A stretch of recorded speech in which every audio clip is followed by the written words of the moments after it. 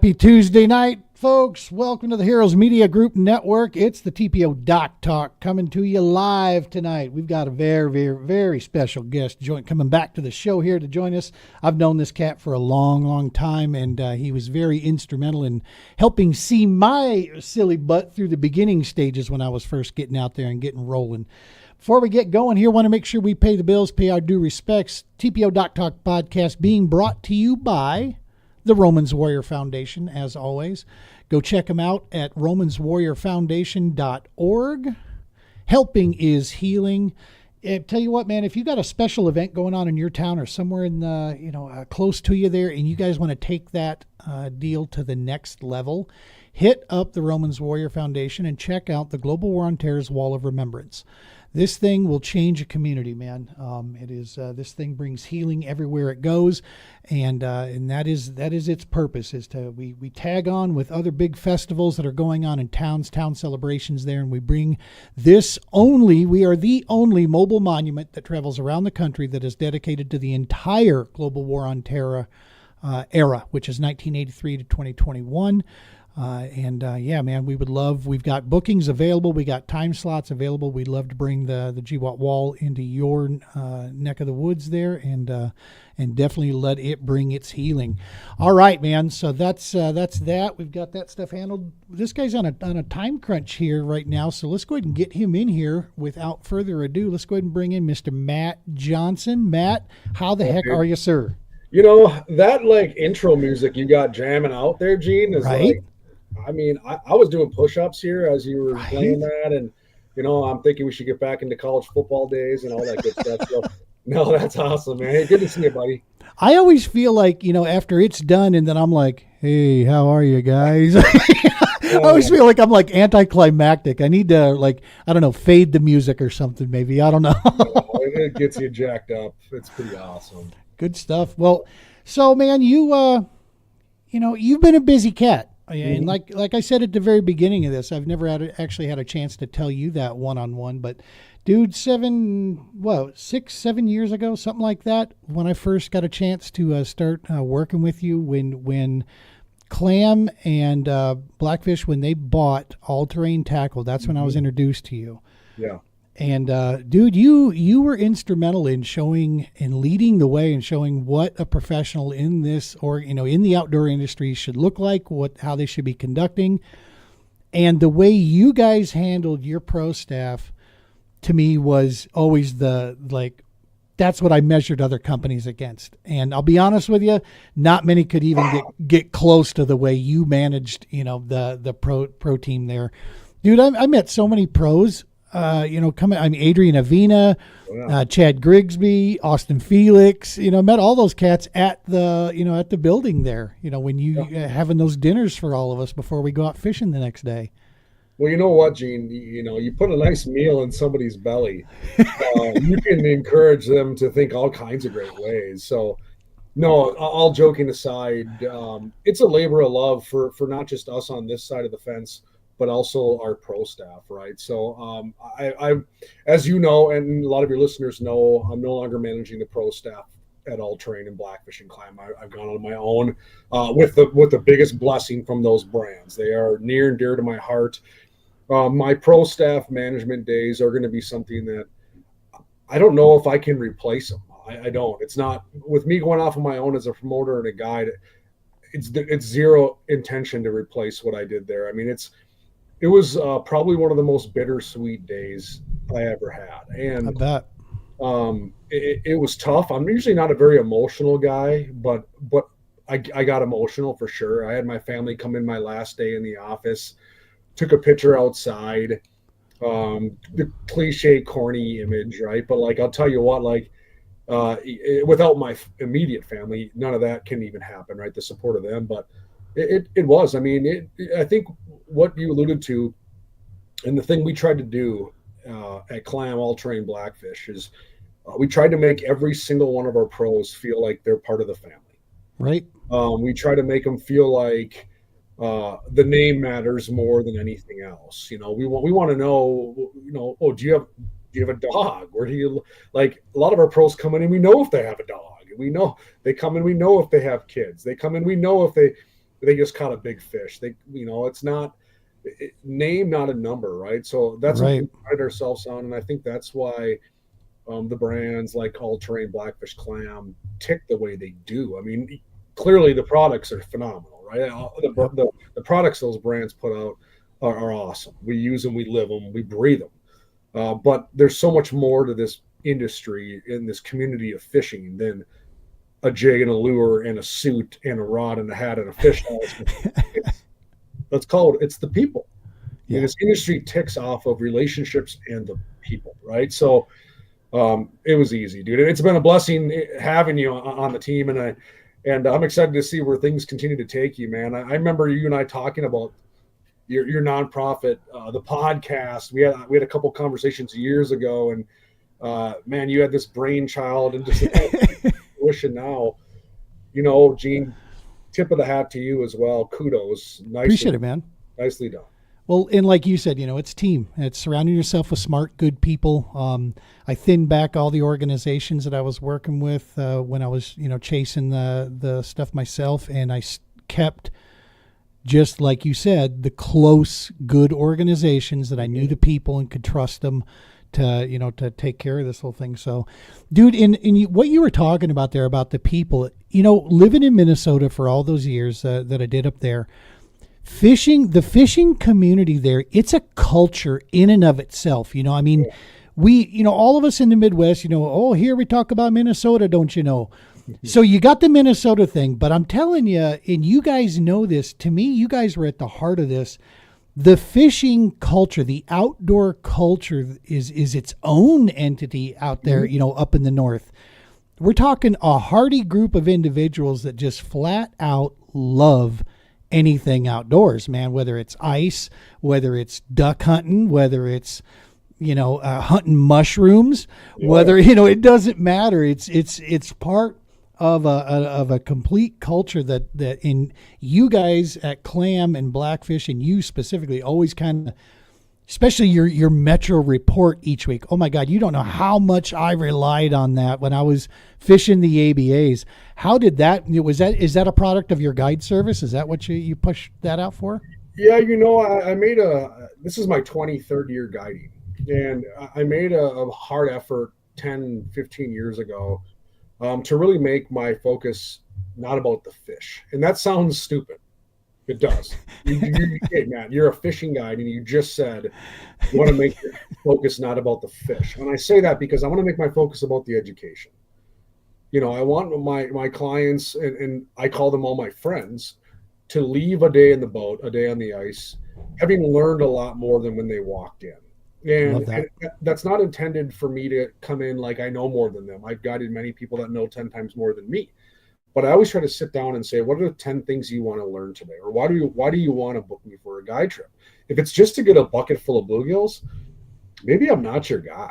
If it's just to get 6 walleyes in the live well, maybe I'm not your guy, But do you want to learn how to drop shot? Do you want to learn how to tie different hooks? Do you want to learn how to use plastics for the first time? Do you want to break down a lake map? I mean, we've taloned down up against a bank before, Gene, for 4 hours and just looked at jig boxes. Wow. You make a cast. We've sat in fish houses for hours and looked at our phones to study lake maps, and I've kind of made that my emphasis. So that just naturally progressed into a weekly fishing report. I've always been criticized for maybe giving away more than I should by my peers. Right. Oh, you're telling them too much. Oh yeah, this and that. Well, maybe that's why I've never been too darn good at fishing tournaments, because when somebody rolls up to the dock after a day of pre-fishing, they probably know where I'm catching them. Right. Then there's 4 guys on my spot, and I'm like, well, yeah, I earned that. I told those guys at Lord Fletcher's I caught them all on those West Rocks, so that's my own fault. So I just enjoy doing that and making sure people go away with some tidbits, because at the end of the day, whether you play a conventional sport, a ball sport, a stick sport, hockey, baseball, soccer, basketball, at some point in our life, Gene, we're not going to do it too well. Right. I'm sorry. Right. Unless you're Tom Brady. But at some point, we're not going to do it too well. Well, I know some dudes that are 70 and 80 that kick my butt up and down the dock every day fishing. So it's a lifelong sport. So give everybody these tools to go out there and enjoy this sport, not just for themselves, but also pass that information on to their buddies to help them enjoy this lifelong sport. So that's really what makes me tick at this point. I love it, man. You know, and that's the thing, is passing the information forward to keep. You know, there's a term that gets thrown around out there, and it's a funny term. I've got a few good, very, very close friends that some of them like it, some of them hate the term, which is, you know, growing the sport. Mm-hmm. Not so much growing the sport as to me, it's sharing, you know, our passion for you know, what is it? Because the sport, sure, it's a fun sport. You know, the tournament fishing, whatever it is, you know, it's got a lot of us hooked, right? But it's truly at the heart of it. It's the passion for the outdoors. It's the hunt. It's the appreciation of this creation that's in front of us, and our inability completely to ever 100% unravel it. It is a different puzzle every day, and I love it. You know, I mean, and so if you can share that passion, then you hope that, you know, something hooks in there, pardon the pun, but you hope that they get hooked the same as we did. And that's the greatest thing. If I can give somebody this expensive habit, you bet, man. That's we've done our job. We can't say we're guides out here in Colorado because they treat guides really, really crazy out here. I've heard that. We act like one, except it's in a nonprofit setting, and we don't do it to the public. We don't offer this to the public. We offer it just to, you know, specific people. But we've talked about the fact that we want to operate more like that. Yeah, man, you're, like I said, that weekly report that you used to put out there, I used to just live on that. I was down in Rochester, but all the good fishing was up there by the metro, you know, for us coming up there, and the info, the way you delivered it was always critical. Something else that you got involved in, now you started this thing, if memory serves, is the Ultimate Panfish League. Talk to us about that cool thing. Yep, we just entered the 23rd year. Our second event of the season was this past Sunday. I started it 23 years ago. It's the longest running ice fishing circuit in our country. We do 4 events a winter, and it's funny because you and I were just talking about tournament fishing and this and why maybe I'm not the best at it for all kinds of reasons. So how the UPL started was my close buddy of mine, Brian Rogers. Now Brian was my elder by 10 years. Brian, if you're watching, not trying to date you, but he took me under his wing when I was 23 years ago. We started tournament fishing together, and he had a nice Crestlander boat, and we fished multi-species tournaments, and he was one of the craziest fish heads to this day I've ever met. And we're in a bass tournament, Gene, and the bluegills are spawning, and they're giant on this lake up in northern Minnesota. And we're looking at these bluegills, and we can't catch a bass to save our life. We know we're getting our teeth kicked in. I looked at Brian. I said, "Do you want a bluegill fish?" And he's like, "What? We're in a bass tournament." We ended up bluegill fishing the rest of that bass tournament because these bluegills were so big. And we said to ourselves, why don't we start a year-round panfish league?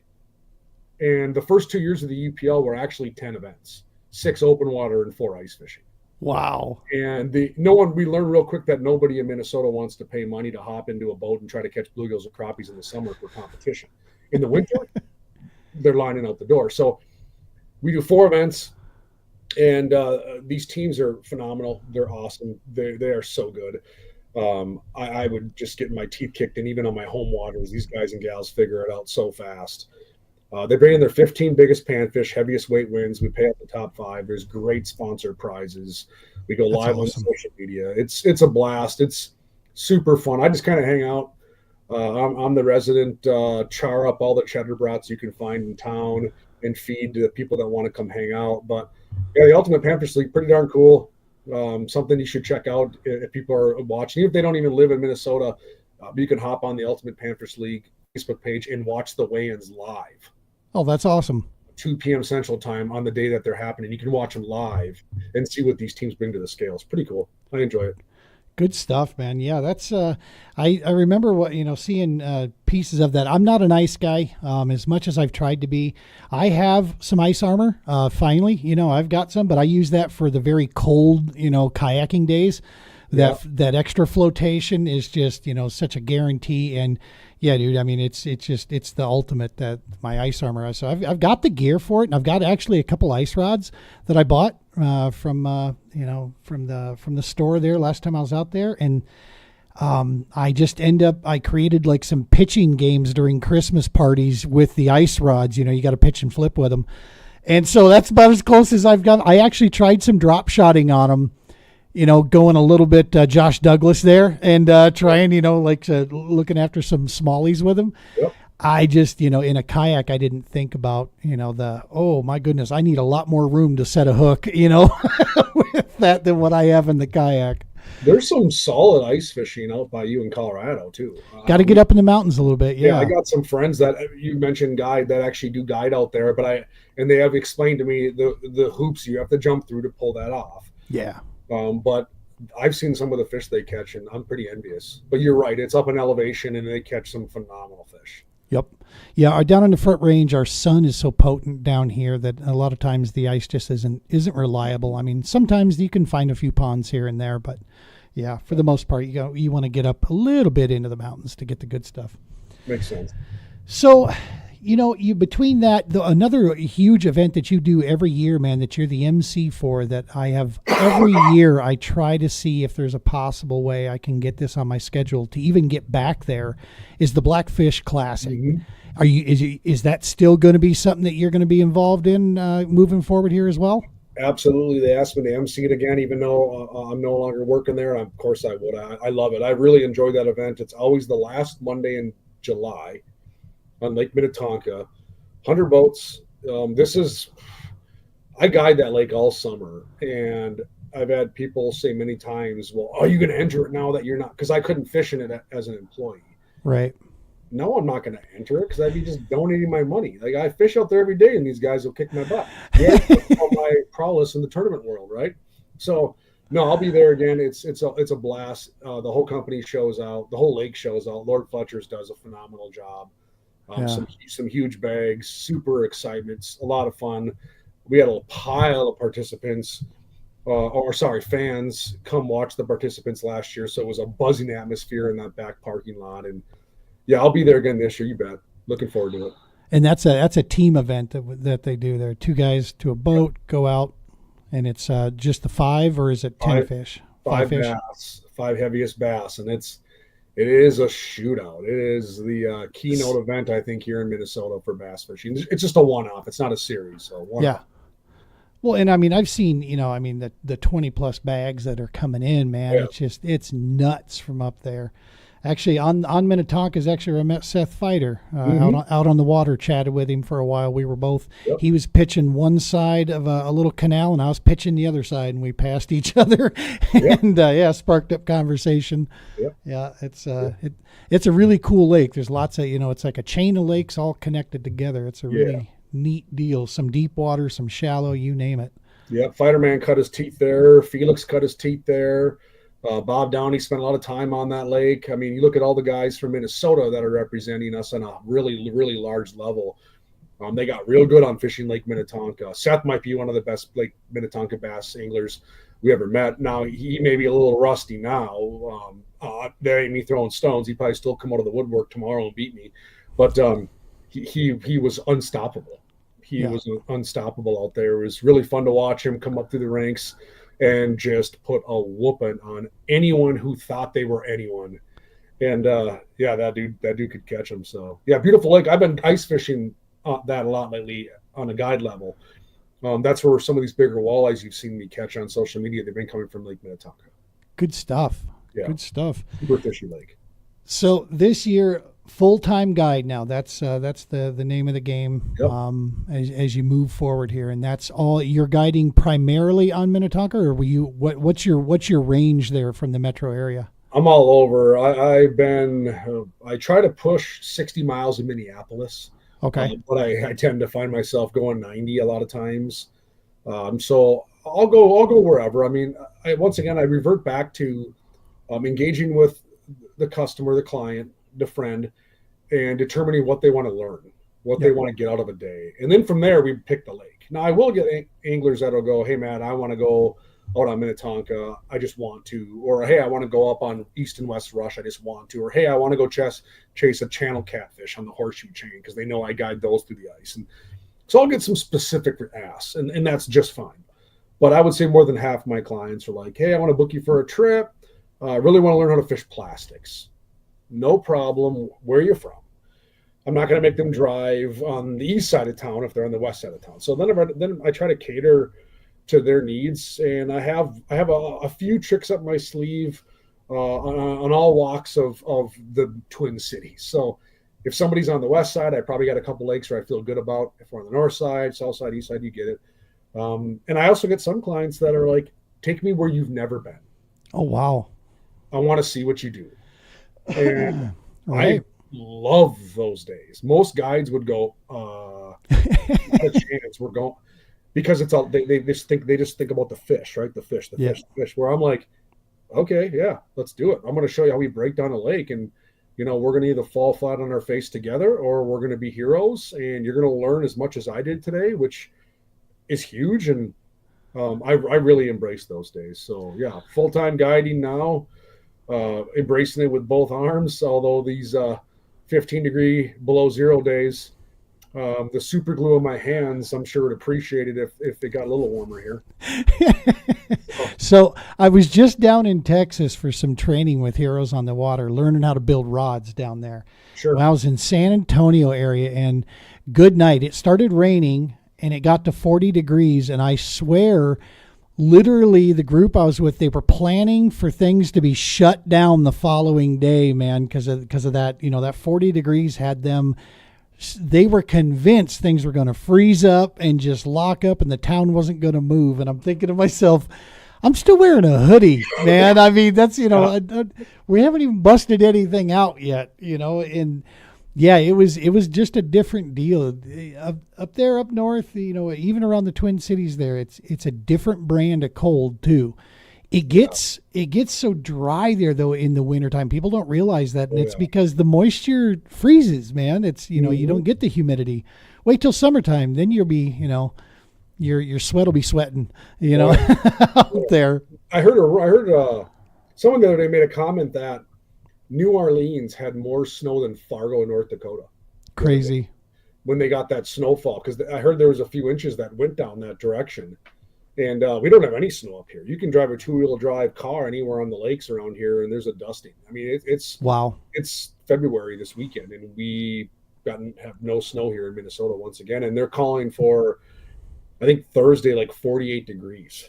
Wow. So it's going to drop off again next week. But I think I saw like 48 degrees in the Twin Cities this Thursday. That's It's, kayak. We could get out in the kayak with that.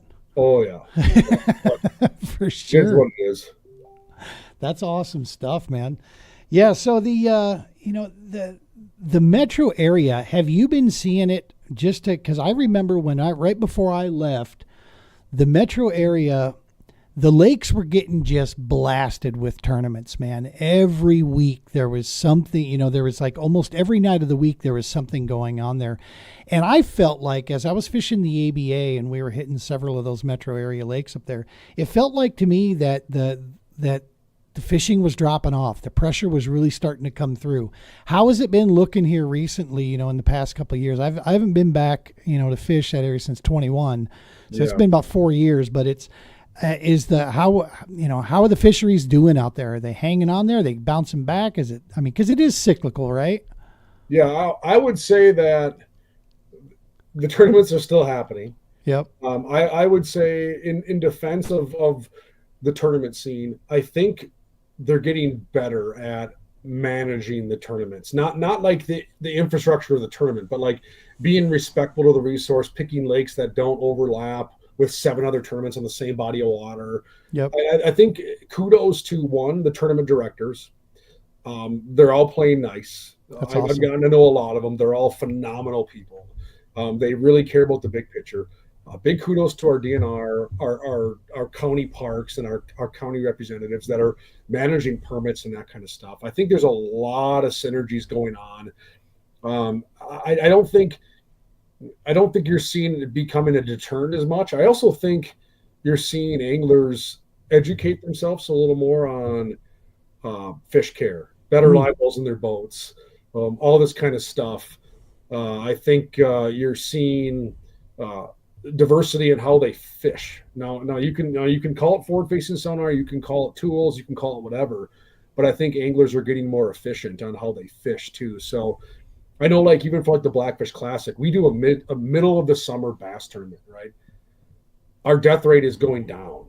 Talking bass, our what we're finding for dead fish every year is getting less and less and less because we're partnering with the right people, bringing on better tanks, better water management systems, and I think other organizations are doing the same thing. They're really trying to push the needle to make sure that the tournament scene in Minnesota isn't a black eye on fishing, that's where good. it's seen as a better opportunity. So I think you're also seeing some of these bigger circuits with 75 boats, 50 boats kind of diminish. And you're seeing more of these like Tuesday night derbies pop up Yeah. where 10, 15 boaters show up for 4 hours in the evening. They're not beating the snot out of a specific lake. They're just going there having some fun. And I don't know, it's kind of grassroots again. So um, I think the tournament scene's a good thing up here. I don't think it's a bad thing as long as it continues to do what it's Yep. doing in the right way it's doing it. That's awesome, man. And that kind of brings me to the last question I really, really had for you here. There's all the big buzz and the big talk. Obviously it's been going on. The horse, every time we think the horse is dead, a heartbeat happens again and some other version of the conversation comes up.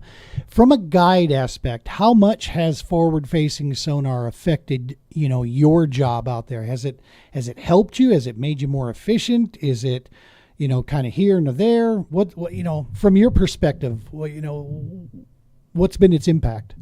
Forward facing sonar is an animal itself. And I definitely don't get in the weeds on it and do the argument thing. I don't think it's worth it. I got more important things to worry about. Right. I still think from a higher level, it's still our job to not abuse the tool, right? Uh, just because the tool gives you the ability to maybe catch more fish, find fish faster. People say, "Oh, you're gonna ruin the lakes. All the crappies are gonna be taken out of these lakes now in the winter." Well, it's still the angler's job to not over harvest the resource. So I still firmly believe in that. From a guide perspective, it's allowed me to be more efficient. It's allowed me to cut less holes, especially as an ice fishing guide. I can cut one hole, scan, go, they're not here. Now, another part of me really hates that. I like the thrill, the chase. I like the not knowing what's in the next hole. Punch or grid of holes, give your client a flasher and say, let's go. We're going to put equity today. Now I just know. I also think it's given some people, and I don't mean to make this sound egotistical, but it's given some people the ability to really get ahead. Where for many, many years, as an ice fishing guide, especially, I knew a lot of people didn't want to do what it takes to be an ice fishing guide. They don't want to burn through 2 tanks of auger gas and cut 200 holes to stay on top of these fish. Well, now they don't have to. So it's kind of a bummer because for 18 of my 23 years, man, I had to just, it felt like preseason football. You're cutting so many holes, you're moving so much, you're running, you're chasing, you're dodging. Now, if you have the money and the resources, you can just get the live scope. You can go out to the basin, you can cut your hole, you can spin it and go, nothing here, let's go 100 feet down. And then you sit there and go, man, it's kind of giving everybody the upper hand. So, Right. but from my perspective, forward facing sonar is a learning tool for me. I don't use it to catch a lot of fish in the boat. Whole different conversation. In the boat, I'll catch a lot of fish with forward facing sonar. Yeah. Ice fishing, I use it to find the schools. And then to be honest, Gene, it's probably going to stay in that same hole and I'm going to cut holes and we're going to still get after it. That's But I'm awesome. more strategic on where I cut those holes. So I think it's a good tool if it's used in the right way, just like a lot of things. I think it can be used to get more younger kids involved in fishing again because we have seen a decline in the last few years. They are getting more addicted to social media, their phones, Xbox, all the other garbage. Now, even my kids, right away, they want to look at the active target. Right away, they want to look at that forward-facing sonar. What's going on, Dad? And I look at them get excited about fishing. Right. So there's some silver lining. There's some positives in it. We just have to continue as promoters to bang that drum. I love it. to leverage that as a positive attribute of forward facing sonar and not the negative stuff we're seeing all Yeah. over media. We can spin it the way we want to spin it. But at the end of the day, you can use it for good. Yep. Yeah, and and that's isn't that the truth? I mean, everything out there. I was just talking. I had a guest on not too long ago that he's a U.S. Marine veteran, and he was talking about one of the things he loves about social media is how he has a group chat of 30 some odd Marines that he served with, and it's like, boy, you don't hear that often, a good thing about social media, but it's like you get out of it what you put forward, and I guess forward facing. I had it. I sold it. I fished all last year without it.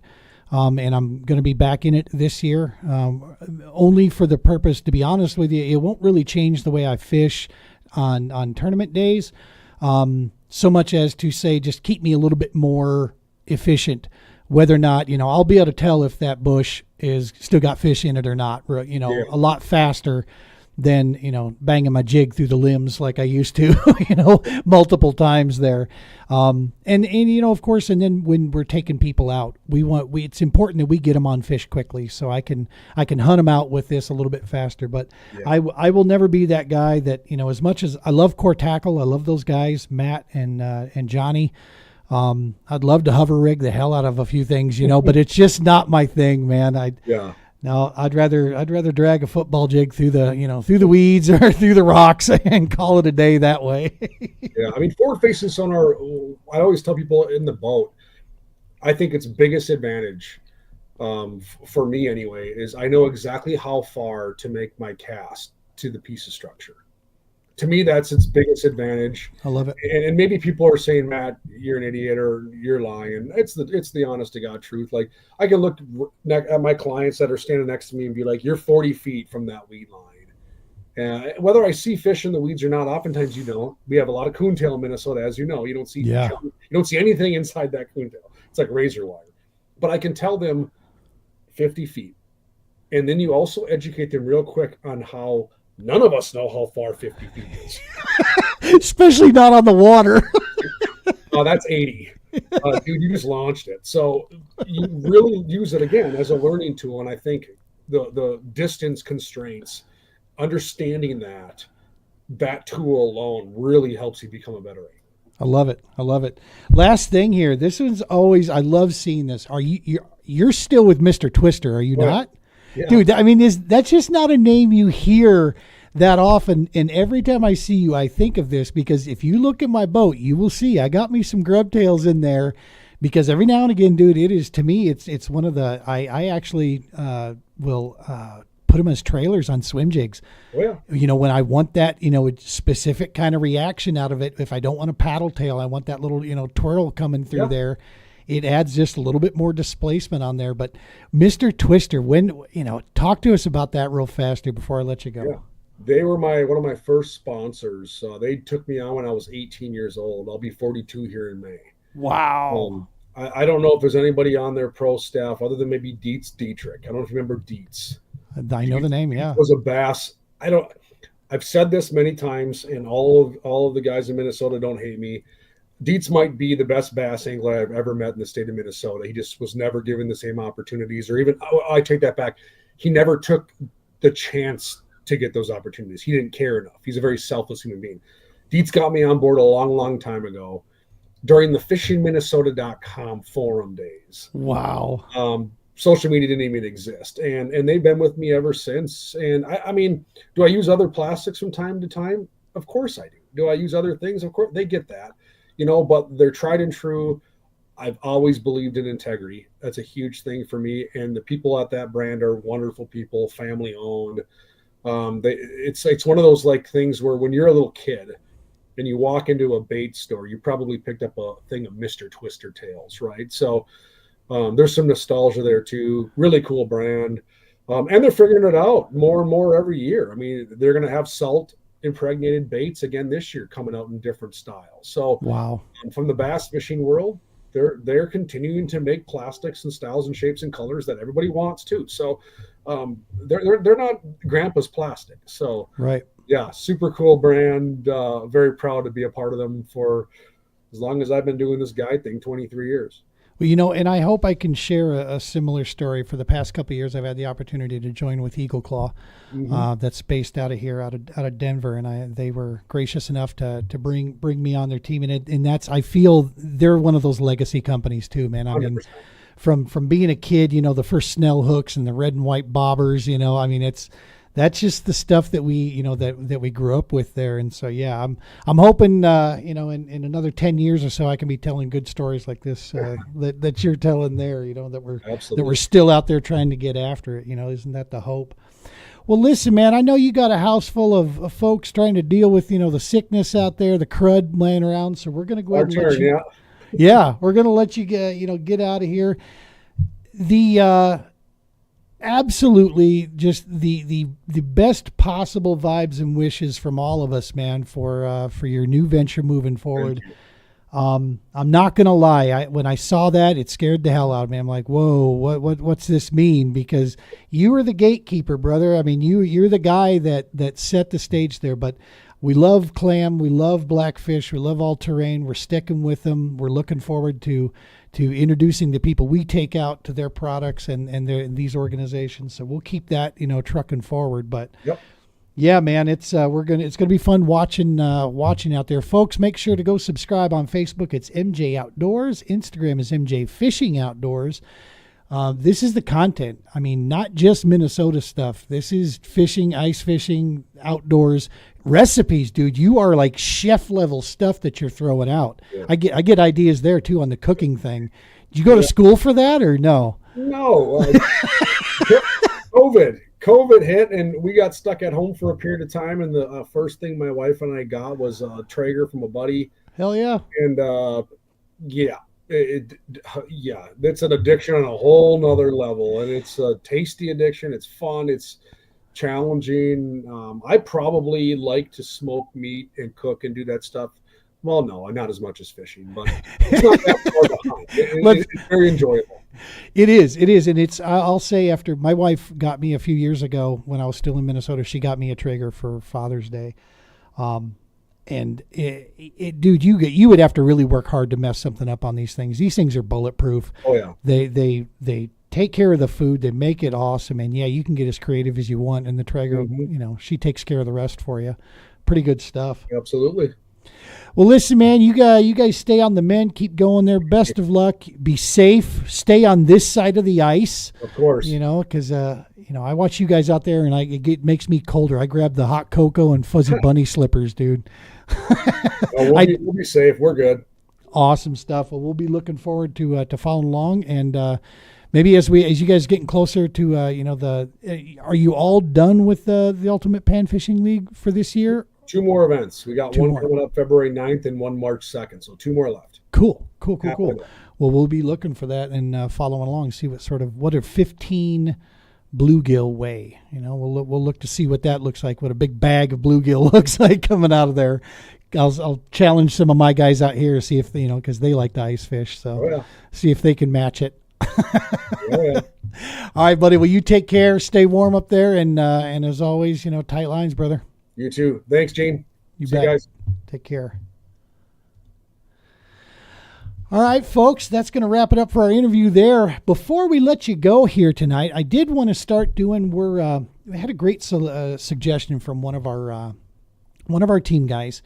Brought this up here, and that each week when we go live here, we want to do a quick update on the TPO, different things we have going on. Now, normally we'll give you some updates on the trips that we're booking out and that we're setting up and doing, because we're going to be doing a lot more this year, as we have some great funding that has come in from our fundraising campaign, which is Operation Holy Waters. That's come through and done a great job for us. So we've been able to get a good operating budget for the year. So we've been booking a bunch of trips, getting that stuff lined up. I can tell you right now, we should be doing, our objective is to be doing weekly events at Stanley Lake Regional Park. We're partnering with them in the city of Westminster. This is a phenomenal park and a phenomenal lake. Great fishing can be had in there. It can be tough, but if you know what you're doing in there, there is some really good quality fish in there. It is pretty much a wakeless body of water. There are no boats. It's just hand launch and kayaks and stand up and john boats, things of that nature, stand-up paddle boards. That's all that's on it. So it's a great, safe environment. We'll be doing weekly events there. That's our goal. Worst case, bi-weekly we'll be doing. On top of that, we've got several other big events that we've got planned up right now. We're going to be going to Nebraska for a great trip. We're going over there to Elwood Reservoir. We're either going to work with some local vets in that area. We'll bring the trailer in, bring the new canoe unlimiteds. We'll drop those in there. We're also going to be going to Norton, Kansas. We're going to be coming in that area there. And again, if we get a local connection, we'll grab a couple of vets or first responders from that area and we'll take them out kayak fishing. If not, we'll bring some folks from Colorado. Norton, Keith Sebelius Lake is phenomenal fishery, so we'll be going there. We're also going to be heading up to Wyoming to Gray Rocks Reservoir. And we've got a couple folks in mind for that one already. So we're going to try to set up for that. And what these are Friday, Saturday, Sunday events. We get up there Friday, get everything locked in, go fishing Saturday, a little bit of Sunday, and then we come home. Good campfire, a lot of bonding taking place there, and we're gonna hang out and create some memories here, and hopefully create some connections that wouldn't normally be there. So that's a lot of the stuff that we've got as far as the trips go, and as far as those are concerned. Other things that we have in the works for the TPO right now, we've got some phenomenal opportunities coming up on the fundraising side. We'll be we got some paperwork to get filled out and get a few things locked in, but we could be doing some volunteering, working at CU on the CU campus to earn money for the TPO. So that could be a pretty cool deal that we have coming through there. And our supporters, man, the supporting organizations that have gathered around us, we've locked in some deals where with Eagle Claw, they're going to be supporting a lot of the work that we do, and we're going to have some great photography and videography coming in from Eagle Claw at some of our events. That we're going to have laid down there. Militia Marine, New Canoe. They're going to be a new kayak dealer. They're already an established boat dealer, and now they're getting into the kayak game with New Canoe as their primary brand. So we're going to be working with them quite a bit. Of course, all-terrain tackle, blackfish, clam. We'll be working with those guys as we move forward, and we're locking in a few other deals as we speak as well, to just to make sure that these are fantastic events, that we have product, we have the gear that folks need, because after they come out with us, we want to send them back with the tools they need to get back out there and engage the outdoors, man. That's the whole point of what we're doing here with the TPO on this. Last but not least, the thing I want to remind you, if you know of a veteran, a first responder, active duty, family member, and you haven't spoken to them in quite a while, reach out to them, touch base with them, do a buddy check is what we call it. Reach out and see how they're doing, folks. That's couldn't impress that more if I tried. And just keep up on that. Make sure these folks are reminded on the daily how much we appreciate them, how much they are important to us, and that there is a bigger purpose going on out there, and that we love them and care for them. Just make sure, take 5-10 minutes out of your day, man, and do a buddy check out there. That's it's a key great deal.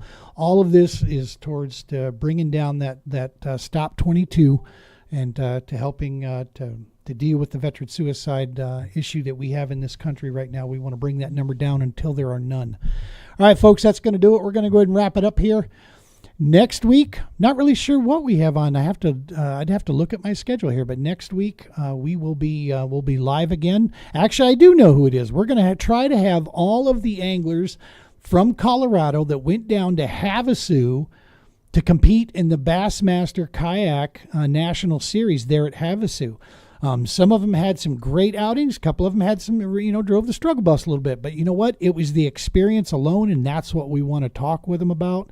So we're going to get as many of those folks that went down there on the show with us at the same time, and we're going to talk about Havasu, talk about their experience going down there. And it's been a long time since Bassmaster came out west, man. So that was pretty interesting to see. I've got some opinions on that we'll talk about. But yeah, it's going to be a great show next Tuesday night here. Heroes Media Group, man, big shout out to those guys, Adam Bird and all the other podcast brothers and sisters out there that keep the stuff going. Go check them out, Heroes Media Group, and check out all the great podcasts that they have flowing around out there. Last but not least, before I leave you here, this weekend, in a few days, we are heading to just south of Lincoln, Omaha, Nebraska. We're heading there to the Kayak Jacks Sportsman's Expo that's going on. They have invited us there. We've got a booth set up where the TPO will be on hand so we can spread the mission, talk about the work that we do, and see if we can, obviously continue our reach there in the Nebraska area to get out there and do some work in that neck of the woods more. And then they've asked us to talk a little bit about at one of the presentations. I'm going to be joining Mr. Rick Valdez up on stage, and we're going to be talking to some folks about thinking about that are interested in getting into competitive fishing. What it takes to get into competitive fishing. So it should be a great time. That's going on this weekend. If you're anywhere in the Nebraska area or in that surrounding couple hours out, come on by and see us. It's going to be a great expo, going to be a great outing, amazing people there. Marty Hughes, legend, OG of our sport, pioneer of our sport, and just an all-around great human being. Going to be awesome to be a part of that deal there. All right, folks, that's going to do it. That's going to wrap up everything for us. As always, you know the drill. Tight lines. Be safe.